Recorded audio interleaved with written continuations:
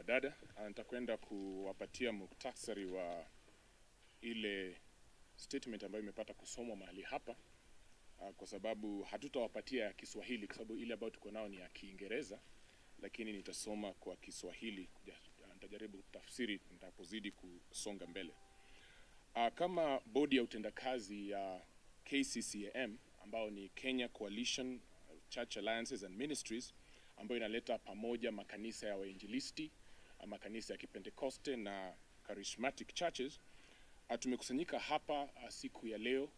kuleta habari hizi kuhusu jinsi tumepata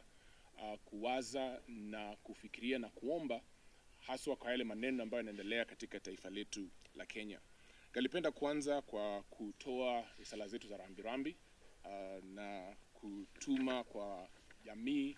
na pia kwa marafiki wa Albert Ojwang ambaye kifo chake kimepata kushangaza wengi katika taifa letu la Kenya, akiwa ameshikwa na mapolisi, akiwa pale katika Central Police Station, na tunaomba ya kwamba Mungu apate kuwafariji na kuwapatia neema, na pia wengi ambao walipata kutekwa nyara na kupata kupitia mambo ambayo ni magumu katika mikono ya maaskari, tunaomba ya kwamba Mungu apate kuwasaidia na pia kusaidia jamii zao. Wakati huu pia tunapata kuomba ya kwamba idara yetu ya polisi ipate kuchukua usukani wa kuweza kupa kipaimara kuweka sheria za Kenya na kuweza kutii amri wao wenyewe ili tuweze tukaelekeza taifa letu katika njia ambayo inafaa. Tumepata kushangazwa sana kwa kila aina ya ukatili ambao umepata kuonekana, haswa kwa Wakenya ambao wamejitokeza kuleta protests zao kwa amani, na wengi wamepoteza maisha yao kwa sababu kuna hiyo documentation ambayo tumepata kuiona. Na kifo chake Ojwang kimepata kusononesha wengi, na wengi wameuliza maswali mengi, na hii pia imezidi kupandisha ile hali ya joto katika siasa. Watu wakiuliza mambo yako namna gani, Kenya tunaelekea upande gani? Na tumeona kwamba wanasiasa wameingia katika hali ya siasa, japokuwa sasa ni 2025 na tuna miaka kama miwili hivi ili ifike 2027 ambao kutakuwa na uchaguzi. Kulingana na hayo, kuna mambo ambayo tungalipenda kuwasihi idara tofauti tofauti na Wakenya tofauti tofauti. Wa kwanza ni idara ya Independent Policing and Oversight Authority ya IPOA. Tunaomba ya kwamba waweze kufanya uchunguzi na waifanye kwa haraka, haswa hii ya Albert Ojwang, ndiposa jambo hili liweze kutatuliwa na watu wajue ni mambo gani ambayo yanaendelea, na wale ambao wamekosa kutii sheria ama kukiuka sheria wapate kunaswa na kushtakiwa chini ya sheria za Kenya. Pili, tungelipenda kumuuliza Inspector General wa polisi ya kwamba apate kuwapa nidhamu maafisa wale haswa ambao wamekiuka sheria na kufanya mambo ambayo yanasononesha na kugandamiza wale ambao ni wapendwa wa taifa hili la Kenya. Tunaomba pia ya kwamba wale ambao watakwenda katika barabara na kufanya protests ya kwamba watafanya hivyo kwa amani, ndiposa tusiwe na shida za wale ambao pia wataingilia, ambao wana tabia mbaya na wale ambao kazi yao ni kuleta vurugu. Na tunaomba kwamba polisi wachukue usukani, tusiwe na shida hata watu wanapozidi kuvent protest zao kwa amani. Tatu, tungalipenda kumsihi mtukufu rais na rais wa Kenya, tunaomba ya kwamba kwa unyenyekevu ile ujukumu ambao uko nalo la kuongoza taifa hili la Kenya, uzidi kutuliza Wakenya, kwa sababu kuna hofu nyingi na Wakenya wengi wamegadhabika, wengine wamekuwa na kushangaa katika haya mambo ambayo yanazidi kuendelea, na yale ambayo kwa kweli yanaonekana yametendwa na polisi, na tunaomba ya kwamba uongoze taifa hili ili upate kupeana neema na kupatiwa Kenya mwongozo ambao uko sawa, na pia kuwahakikishia kwamba wale ambao wametenda mambo ambayo ni maovu watapata kushtakiwa kadri ya sheria za taifa la Kenya. Ndiposa Wakenya wazidi kuwa na confidence kwa yale ambayo yanaendekana katika serikali yako. Pia tunajua kwamba kile ambacho kimetendeka haswa wakati Ojwang amepata kuuawa, ni kwamba inatupasa ya kwamba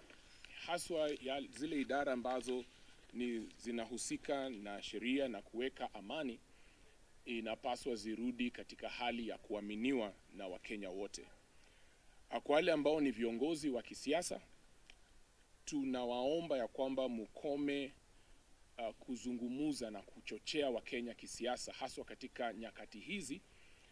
kwa sababu kumebakisha miaka miwili ili tufike katika uchaguzi mkuu, na tukianza kuendeleza vurugu hizi, tunafanya wengi wanakuwa wanachochewa na wanaanza kuingia katika hali ya kuleta vurugu bure katika taifa, kwa sababu tunahitaji ya kwamba tujenge taifa letu na tupate kusonga mbele kama Wakenya, ili tuweze tukawasaidia haswa wale ambao ni vizazi ambao vinakuja nyumba yetu. 5, tungalipenda kuwazungumzia vijana na Wakenya wote kwa jumla,